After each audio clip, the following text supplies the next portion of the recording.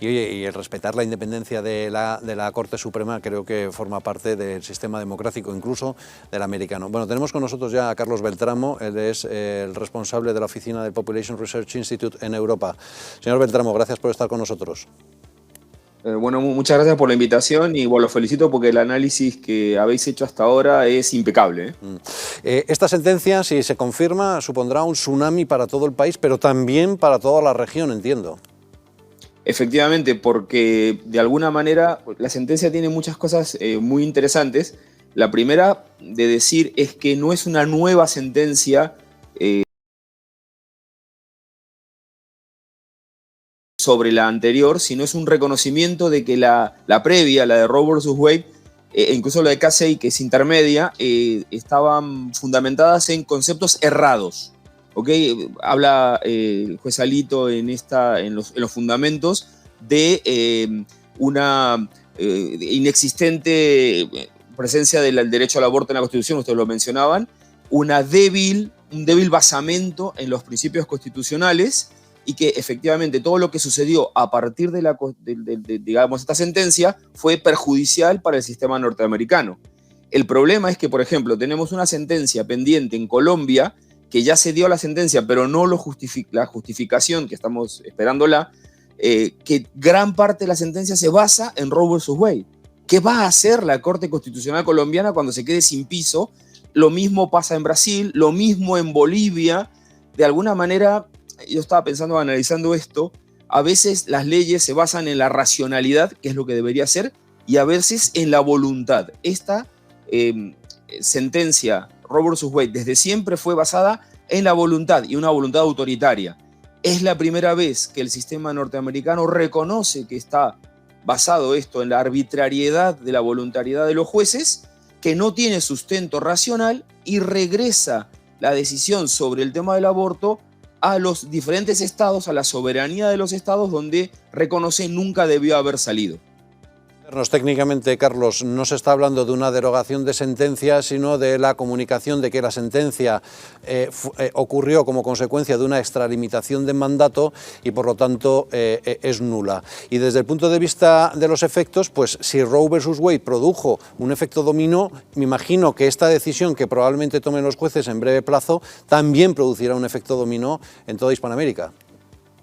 Sí, bueno, en Estados Unidos, porque básicamente lo acaban de decir ustedes en la mesa y lo suscribo, pone de nuevo sobre el tapete algo que la izquierda progresista siempre ha dicho, que esto ya es un tema zanjado, que es el tema de discutamos aspectos relativos al aborto. Por ejemplo, hay dos fundamentales que la sentencia tira para abajo. Primero, el concepto de libertad, como Roe vs. Wade dice que la libertad, y Casey lo dice después, Casey es el juicio intermedio de la sentencia en el año 92, dice que la libertad es la capacidad de hacer lo que uno imagina que puede hacer. Incluso habla del origen de la vida, etcétera, etcétera. A partir de esta concepción de una libertad absoluta, han venido otras sentencias relativas al mal llamado matrimonio gay, al tema transexualidad y demás, que podrían ponerse en cuestión. Y entonces a partir de eso, y la otra es el no tener un sustento constitucional, como tú lo has dicho, y un débil sustento en la racionalidad jurídica. Entonces, el gran efecto que va a tener todo esto es que nos han dicho por 50 años, esto es un tema zanjado, solo lo quieren debatir los decimonónicos retrasados, y ahora la Corte lo va a volver a poner sobre el tapete.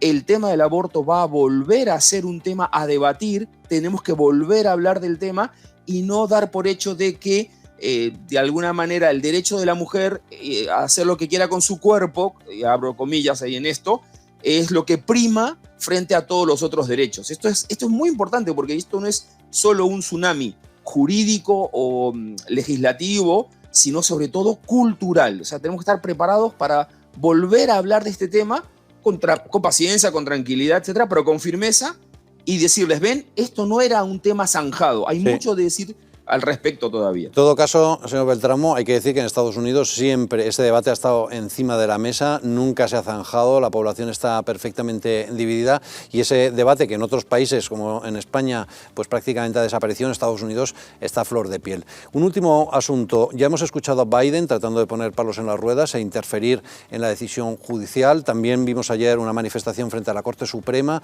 hoy hemos visto a Amazon anunciando que sus empleadas que quieran viajar para practicarse un aborto van a ser financiadas por la compañía. ¿Qué más respuestas se esperan por parte de del mundo feminista o progre, para entendernos, en relación a esta sentencia? La verdad es que la imaginación nos podría quedar corta. De hecho, se comenta que los jueces deben velar por su propia vida, y esto sin exagerarse, porque efectivamente con que fallezca accidentalmente alguno de esos jueces, la votación podría ponerse 4-4 y entonces echar por tierra todo esto. Y el precedente, y esto es muy, muy importante, es casi tan importante la sentencia como el hecho de que se haya filtrado a la prensa ese borrador. ¿Por qué? Porque altera los cimientos, porque para bien o para mal, te guste o no te guste, el americano promedio, y sobre todo el que estaba en el sistema judicial, aceptaba unas reglas implícitas de juego de lealtad. Están tan desesperados que han llegado a la gran deslealtad de filtrarlo para presionar a los propios jueces.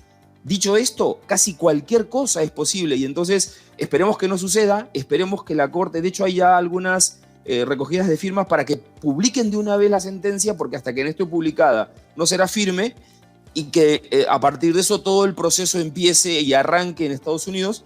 Pero mientras tanto, hasta la vida de los jueces está en peligro y por eso se pide que se publique rápidamente, porque de alguna manera este desliz los pone en riesgo. No voy a decir conspiraciones, sale a la calle una persona totalmente insuflada por la retórica de la izquierda, puede hacer algo como pasó en su día con John Lennon, por ejemplo, claro, ¿no? Claro. O sea, un loco suelto que con una pistola quiere hacer justicia y ahí tenemos un problema mucho mayor para todo el sistema americano. Además, son momentos muy delicados, no solo por el tema del aborto, sino por la institucionalidad de todo Estados Unidos que realmente está en juego, ¿eh? Sí, sí, está en juego porque es la primera vez que se filtra una sentencia de la Corte Suprema y por lo tanto toda la institucionalidad está en juego. Carlos Beltramo, gracias. Muchas gracias a ustedes. Un saludo.